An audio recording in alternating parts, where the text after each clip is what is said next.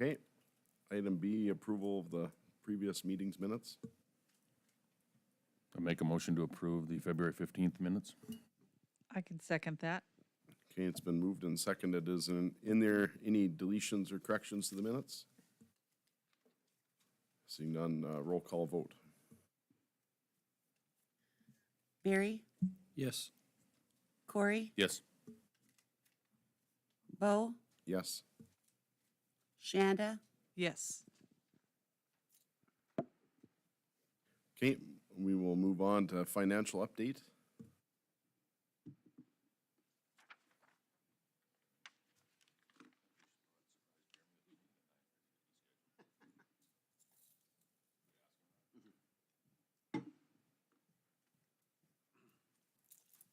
Oh, sorry about that. Financial update, the financials are included in your packet. Total funds, we have 455,000 in the parks funds. There is, as far as the Blacktail Maintenance Fund, we do have about $30,000 in our Blacktail Fund, but only about $5,000 in the Blacktail Maintenance Fund. The other amount is all designated for the outer loop roads. I think again, I don't know exactly how it worked. I think a long time ago when Blacktail came into the loop with Williams County Parks, the money that they had went into that fund. And then we've just kind of dwindled that down, coding it appropriately to what it's been. And then whenever the county commission has infused the park board with money, it's gone into the Parks General Fund 299, and nothing has ever gone into 298. So it's always just been, it's been more like the county has funded the rest of the parks, and then Blacktail's separate. The way the fund works, I think Christie might know before me, it was just set up that way, that Blacktail's fund is set up separately from the rest of the parks. So what's paid out of that then? What, like anything, like anytime, like, say we do an improvement at Blacktail, say we, like, when we had to pay to get the crane to come and move the fishing pier that got pushed up on shore, that gets paid out of Blacktail. When we, any supplies we use that go to Blacktail, everything we try to code it to the specific park. It's just that Blacktail's in this fund and every other park is in this fund. that is only supposed to be used for the roads. Oh yeah, there's a different there's one that's just for roads, correct? Yes, for sure. Right, and we've never had that Blacktail maintenance before, since I've been here. The only other fund we had was 298, and 298 was the money that was from the township and from the association for the roads, and then if anybody put stuff in the storage building and paid us rent for that, that went into that 298 fund. And that was so that if we had any maintenance issues on that building, and also it was to pay for the building that cost $300,000 that we took out of from selling the lots. So why are they both showing 298 on the financial update page? They're both out of that 298 fund. It's just like Subcategory. they have Different line subcategory, yeah, different line items. There's a line item just for roads, and then everything else has a line item. So if I pay for fuel is another one. Say like we pay for fuel out there. We have a diesel to keep that for that loader and things like that. That comes out of that Blacktail fund.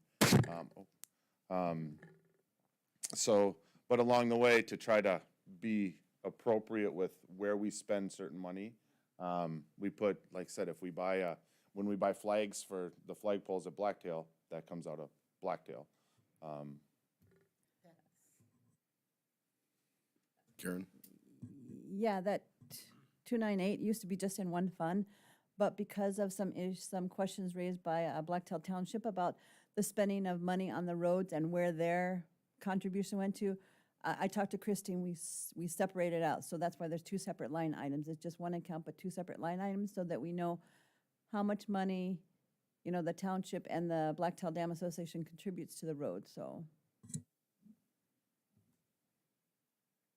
So there's a road fund with $30,000. There's a Blacktail fund with just under 5,000, and then there's the Parks Fund that has 420,000, approximately.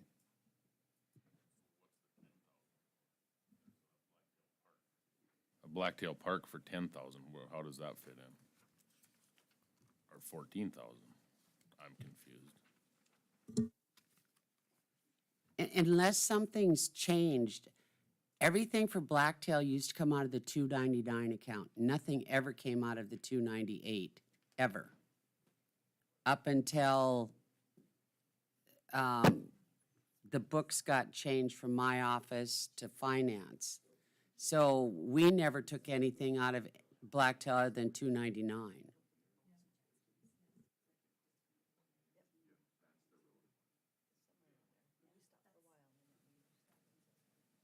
So, Christie, do you have some guidance here? Everything is true what Beth said. That's what it used to be, 299. Everything was all parks.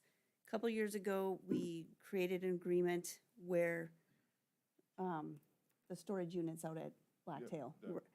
So we wanted to keep that money separate, so that agreement says everything for Blacktail should go into Fund 298. So that's what we do As far as income? for income, and we're doing expenses out of there too.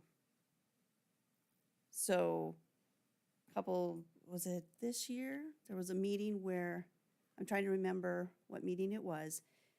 There was a motion made to separate that money to keep the Blacktail roads separate. I had never been told that before, that that was only for Blacktail roads, for the outer loop.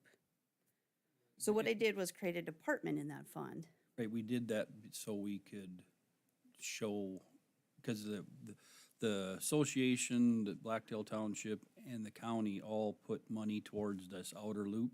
Right. But ours is, we don't actually give them money, we do the work. Right. So we wanted to be able to show how, that where their money went and how, that we were actually contributing also. So Right. we probably made a can of worms out of this, I guess. Well, this way works pretty well, because you can tell whatever's being spent on Blacktail is separate. Everything for Blacktail is a separate fund. What I asked Jeremy about yesterday, I said, I hope you realize when you look at the fund balance, it's today $35,000, but remember, 30,000 is restricted for roads.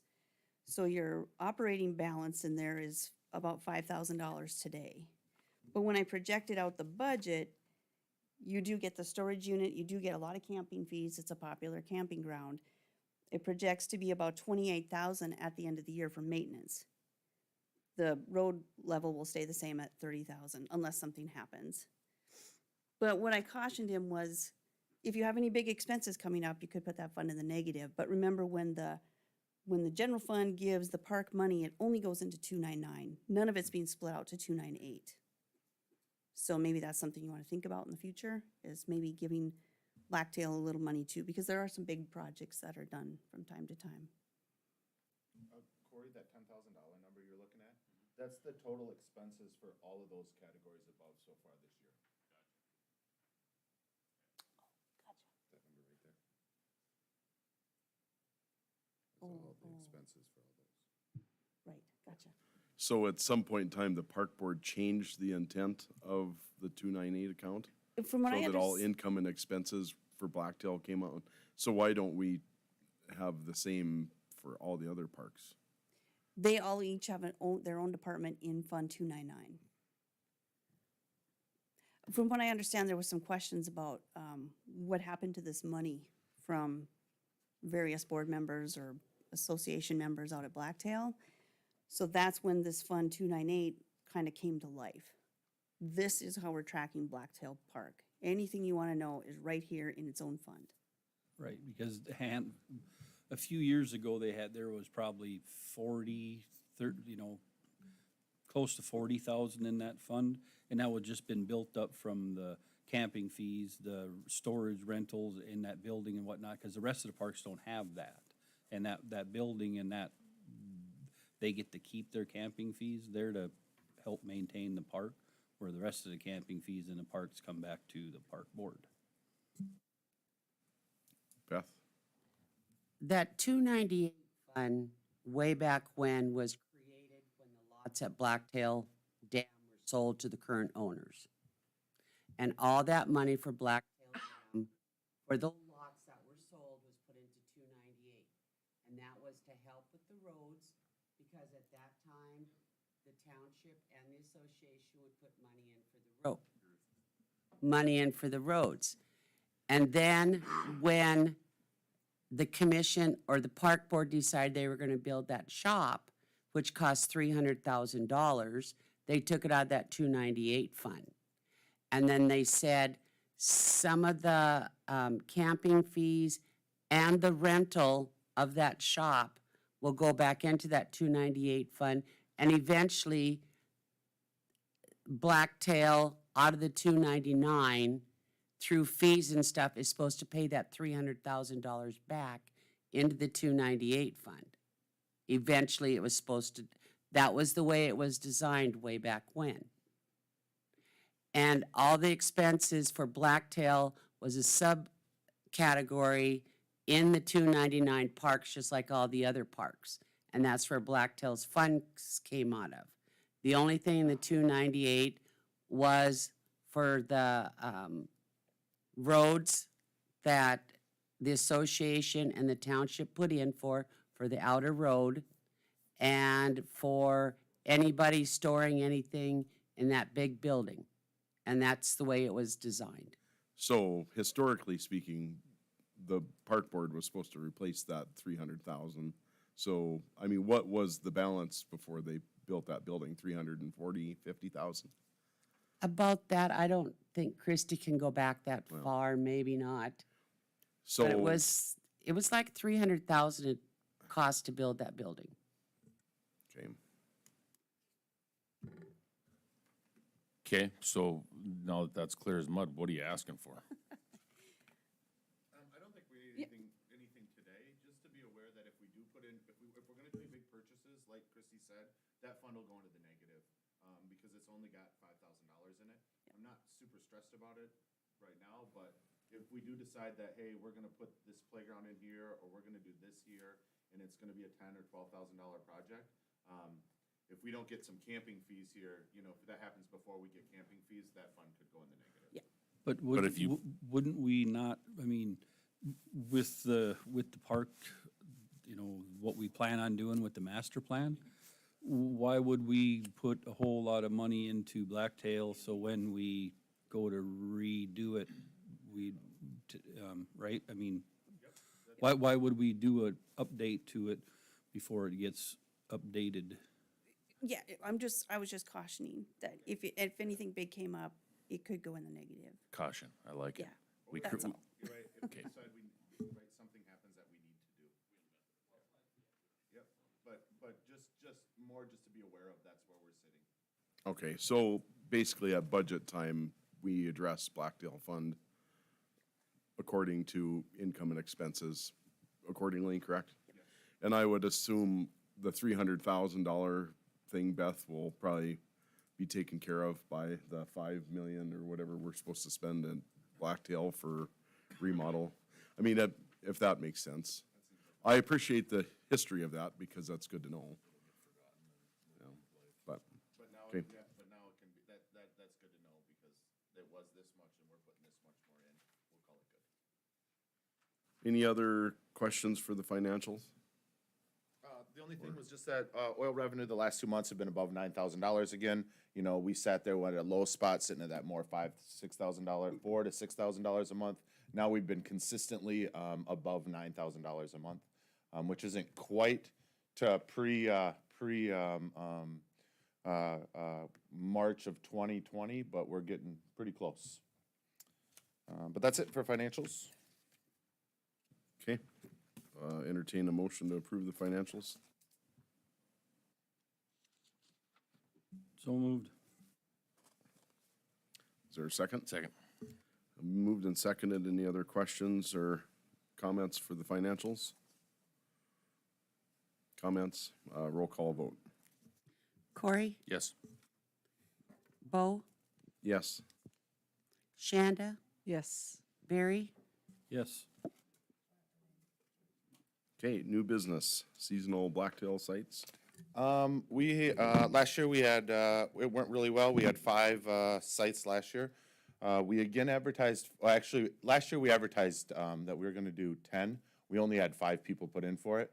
We liked that number 5, so we went with it again this year. This year we had 6 people apply. And we did put out that we would put 5.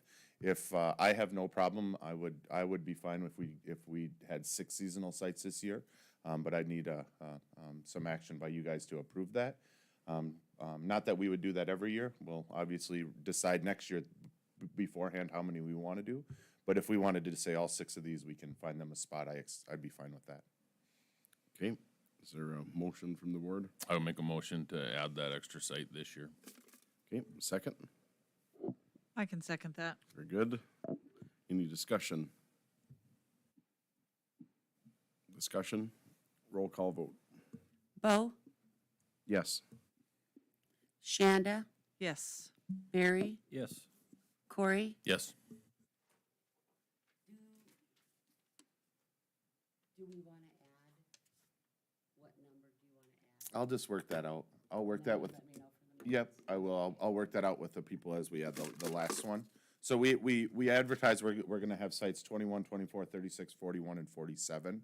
Those would be the ones. So we'll still draw in that order, the order we get, and then the last one we get, I'll work with that person to get them a site and to get them the right site. So we'll just, anybody wanna pick numbers? So we'll just start at the top with site 21.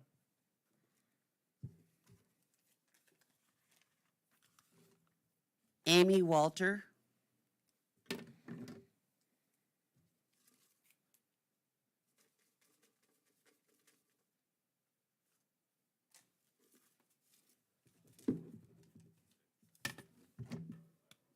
Kurt Kosher.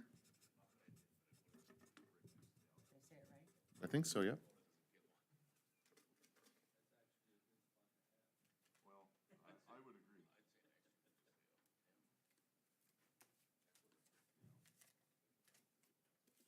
Kirk Soyseth.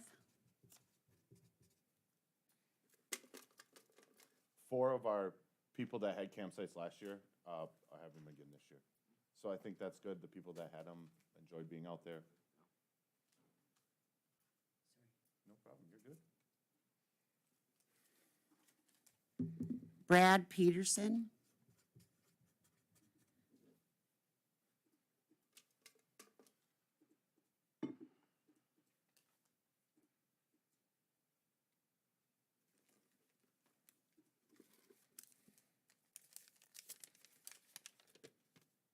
William Ralston.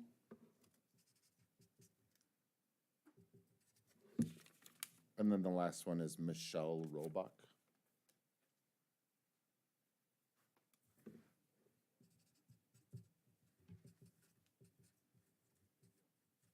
I'll contact all of them this morning and let them know.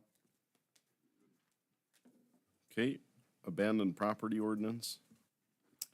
Currently, we don't have anything on the books to what we would do with any abandoned property. Last year, for example, since we didn't, we had an abandoned camper that was in really, really bad shape that we have to leave just sit on site for 90 days.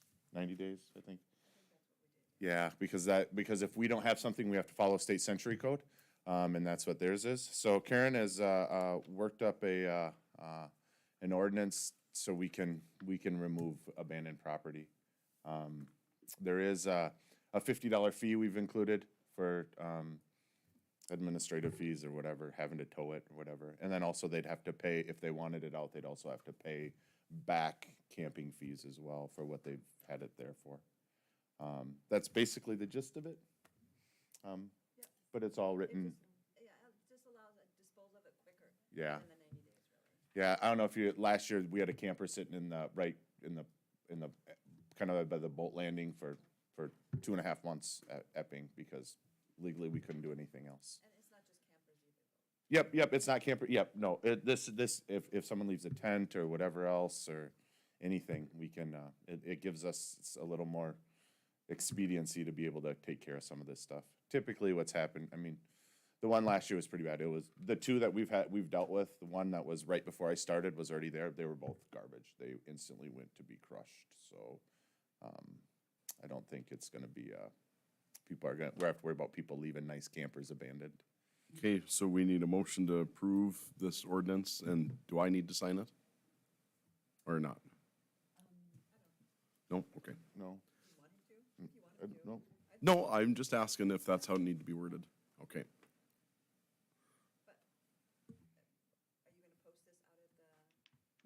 At all the parks? Is there a motion to approve? So moved. Is there a second? Second. Okay, moved and seconded to approve the disposition of abandoned property ordinance for the Williams County Park Board. Any discussion? Roll call vote. Shanda, Yes. Barry, Yes. Corey, Yes. Bo. Yes. Okay, motion passes. First come, first served sites, reserve and advanced sites. So going with our online reservation system, which is ready to go. We've tested it multiple times. Everything is in line, working really well. Kind of excited to unleash that. Working with, before Lindsay went on leave, working with her and figuring out how we wanted to do this. We've kind of broken our sites pretty much down into two different ones. There was a desire to still have that opportunity to be able to show up and camp and not have to kind of deal with that, what typically ends up happening at our state parks, where if you don't have one by now, you might not be camping there this summer. So pretty close to 50-50. I've split up the parks, and we'll kind of quick go through how I've split them up. But basically, there are two sites. One of them is you got to reserve in advance, or you got to reserve it online. You can still, if it's open, those sites are open that day, you can still reserve them online that day. And then the other half, you can't check in until 1 p.m. the day of. So if you show up in any of these sites that are like this, and it's after 1 p.m., fair game, jump on it. You can, and then you'll have the ability to either go online and pay, or you can just go over just like we have before and drop it into the old Iron Ranger there, and pay that way. So I think it kind of gets us a little bit of that people ability to know that, hey, I can reserve a site. They still have that, but we still have that being able to drop in ability too. So if we want to keep moving forward on the slides, we'll kind of show you. So just give you an idea, the first come, first serve sites. At each of the parks, that's how many we have of each of them versus how many total sites we have. So like I said, right around that 50%. That thing on the right would be what we would post at every site right there. For people to go, they could check in right there, or they just go over and put my money in the Iron Ranger. So go to the next slide. This kind of shows what the reservable sites are. We're looking at May 16th. It's a Monday. What State Parks does is 95 days out, you can reserve. This is our first year doing it. Our thought was, working with Lindsay, our thought was on May 16th, it's just open for the summer. You can reserve whatever you need for the summer. You don't have to count your days backwards for the rest of this year, and then we'll evaluate this year and see what we want to do next year. But then these sites, and you can see the numbers that are there, percentage-wise, and the next ones we'll go through the maps to show you kind of which ones I broke up and how I broke them up. So like at Epping, I kind of like to keep them together. Because if you're gonna go camping with friends or whatever, you want to do one or the other. So in this one, kind of that middle group that's all kind of hidden down in the trees there, the yellow are the ones that you could reserve ahead of time, and then the green ones are the ones that are first come, first serve. And then site number 1 you didn't see on there, but that was the host site. That's where the host site goes. And then going on, same kind of idea at Coda Ray. Just kind of grouped them. We do have 2 camp hosts out here. It's just because it's parents and adult child in between the 2 of them. Parents spend a little more time there during the week. Adult child spends a little more time on the weekends. So they did it last year. It worked great. George, I can never remember their last name. George used to work for the city. He was a wrestler. His whole kids were wrestlers. Yep. Sandberg. They 2 years ago, when I didn't have a camp host, they were out there all the time, and I begged them to be the camp host, and they wouldn't. And then last year, when I said, hey, you know, you don't have to pull your camper back every 2 weeks and this, and then they were in and they did great last year. So right away, I just hit them up and they're going to do it again this year. So, but yep, again, just kind of split them up. Try to make sure too that we have some, you know what I mean, that there's some sites that have water access and some don't, and didn't want to be too favorable to one kind of site versus the other. Try to make it pretty even. We could just quick roll through these. I think Little Egypt's next. Little Egypt, I left all the top ones, the older top ones in the middle there. Those are all first come, first serve. And then the lower bottom down ones by the camp post is reservable, and then all the new ones are reservable. Keep going. McGregor, all of the new ones are reservable. All the old ones are first come, first serve. My thought behind that was these are, and a lot of them are the reservable ones. I wanted to make sure those were the flatter ones, the ones that aren't on those, you know, those little outlets where, man, some of those, I'd be a little sketchy to back my camper on. If I had site number 9 or site number 7 there, and you go out on that little peninsula, some of those, if I showed up like that and I have my 44-foot camper, I'd be like, oh. Right? So I wanted to make sure that, I wanted to make sure the reservable sites were you're expecting what, you know, when you get there, that's what you expect. First come, first serve sites, then you can at least look and go, oh, maybe not. But I'd hate for someone, like I said, show up with a 44-foot camper and thinking they could park on park 9 and all of a sudden go, what do I do now? So that was a little bit of my motivation too for how I picked the sites. So the reservable sites are maybe a little bit flatter and a little bit consistent. And then Blacktail. Blacktail, same thing. I kind of split them up into groups. Wanted to have a couple of each at the beach, a couple each in all the different areas. And then I do have the light blue shows where our seasonal sites. We'll have to add one more in there. But that's my idea. I'm definitely in for opinions. I don't really have an opinion, I just have a question. Yep. Who's the authority? What happens when site 17, Barry's still parked in it, and I've reserved it? Who's gonna move him? That's my only worry about the whole thing. You know,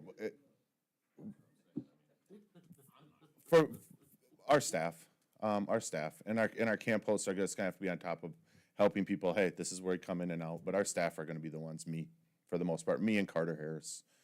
Carter's worked for me for this, or worked for the parks for this is, I think, his 6th year. And he knows that a goal at some point is that we'd like to try to get another full-time staff, and he really wants it to be him, and he's worked a long time. So he's in on doing a little bit more than just the maintenance this summer, knowing he has to have some weekend responsibilities and some other stuff. But yeah, it's gonna be me and Carter.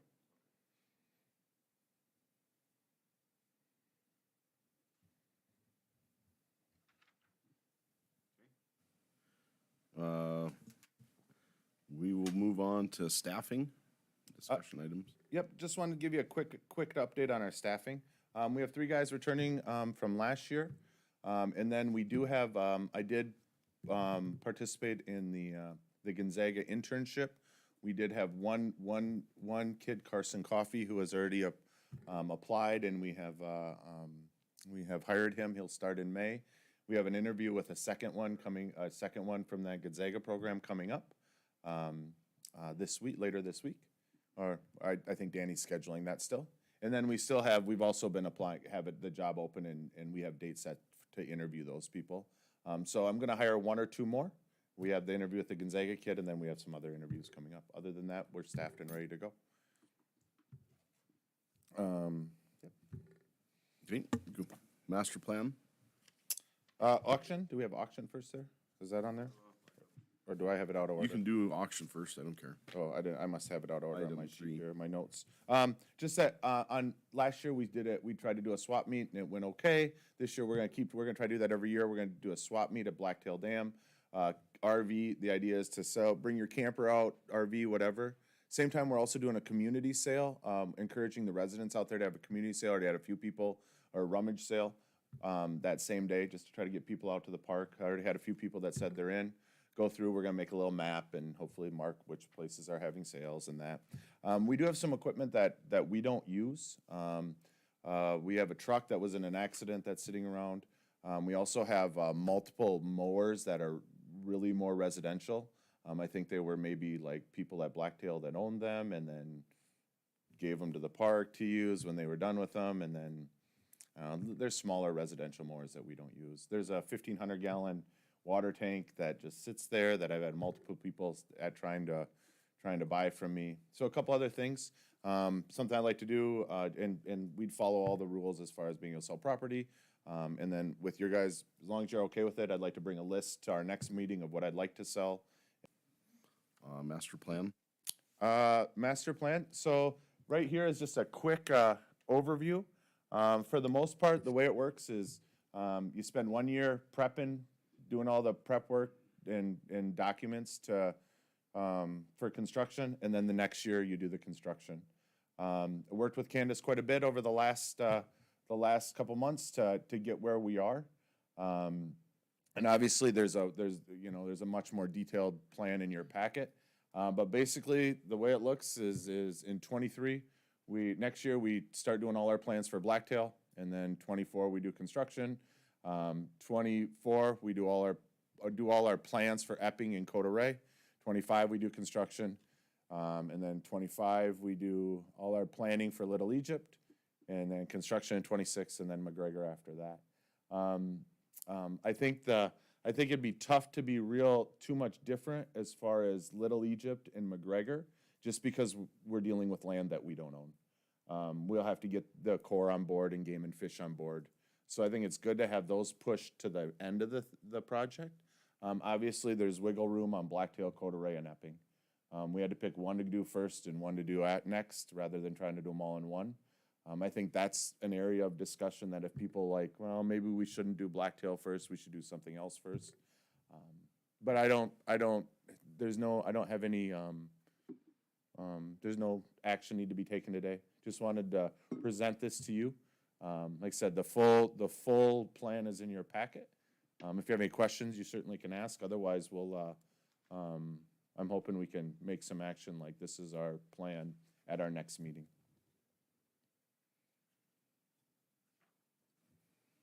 Okay. Move on to parks update. Okay.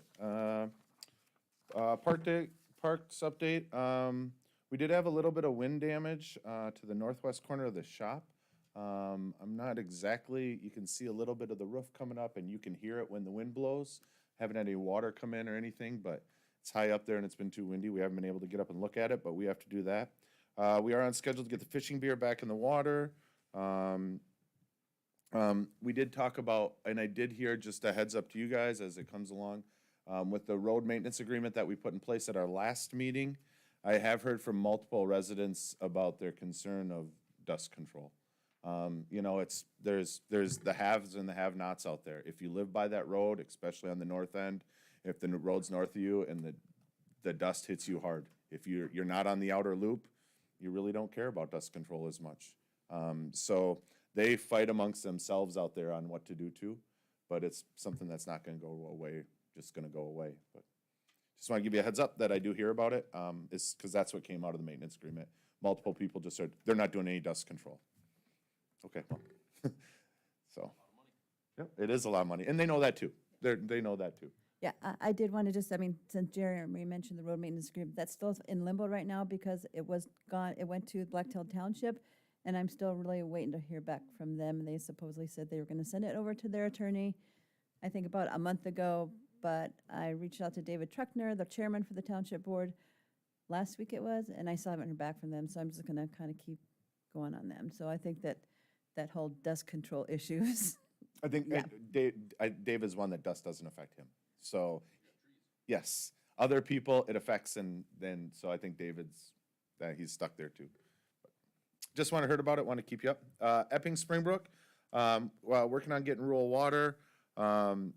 We are moving the fishing pier, the one by the beach. Every year we have lots of runoff and it causes a mess down there. So we're just gonna try to move it about 20 feet, 20 feet closer inland. So it would be, I don't know, whatever, towards the campground, about 20 feet in.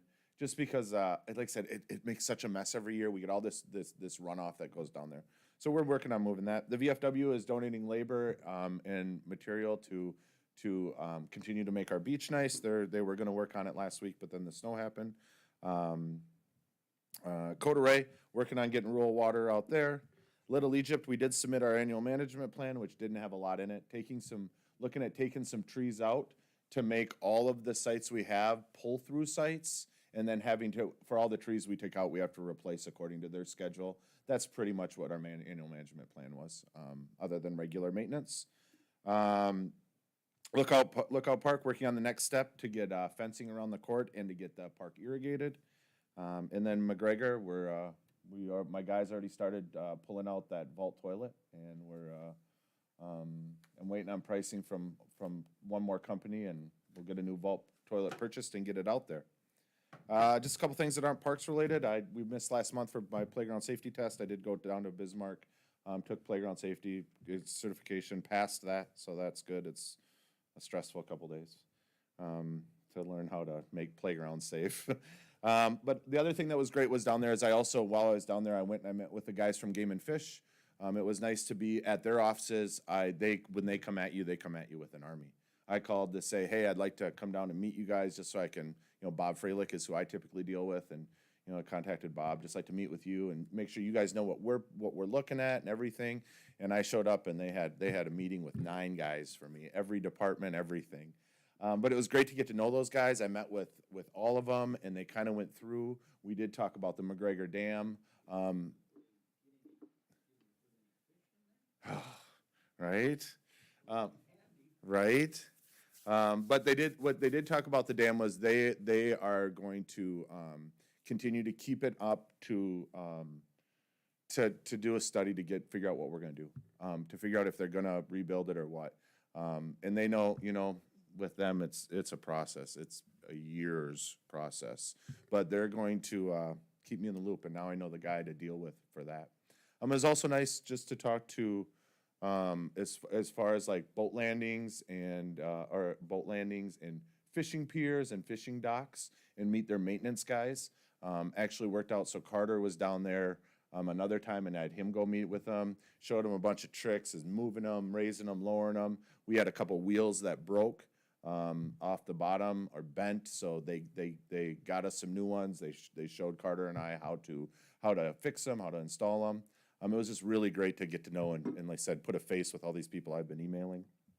What? Are we still closed on those days? On what days? Yes, they're not even interested a little bit right now. And I would love to, I think that if I could get a good camp host, they'd let me open them. But until then, they're just not.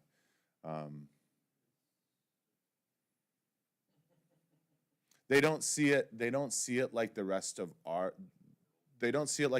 parks. They see it as a wildlife management area, and like the rest of their wildlife management areas. And if someone isn't there watching it, except for it's a wildlife managed area where you encourage people to come and stay. And so they just see that as a problem.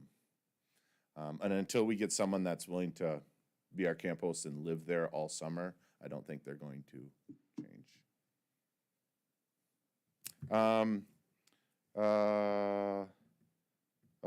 Just because I just want to mention our fishing, we didn't, since our last meeting, we had our fishing derby at Coda Ray. It went fantastic. 95 kids registered, beautiful weather, great support from volunteers, the Williston United Sportsmen. Those guys are all in for next year. They want to take it up a level. We've already picked our date. We're going to move forward and do it again. So that was good. And then last month we had some supplies I was ordering. I'm on top of ordering all that stuff. The one thing that was nice was I did talk about purchasing new AEDs, but I talked to Mike from Emergency Services, and they had a bunch extra between them and the Sheriff's Department. So I got all AEDs. All I needed to do was buy new batteries, pads, and then the little cases to store them in. So that was nice. Just a quick thing on the fishing derby. I got out there and watched it. It was awesome. And just something to maybe put in your notes. Talk to Mike, have him bring the big command trailer out. Yep. And if we gotta pay, I think we should get Jeremy some extra money as far as buying bigger signs and stuff, just to say who's doing it, whether, I mean, United Sportsman's a big part of it, who's helping out and doing it, because that was, I pulled in and the place was packed, and there really wasn't a lot saying what it was. So, I mean, toot your own horn a little bit, man. It was a great event, and I loved it, and if we could get 150 kids, it'd be awesome. We did a lot of fish. Tons of kids caught fish. We got to watch them. It was fun.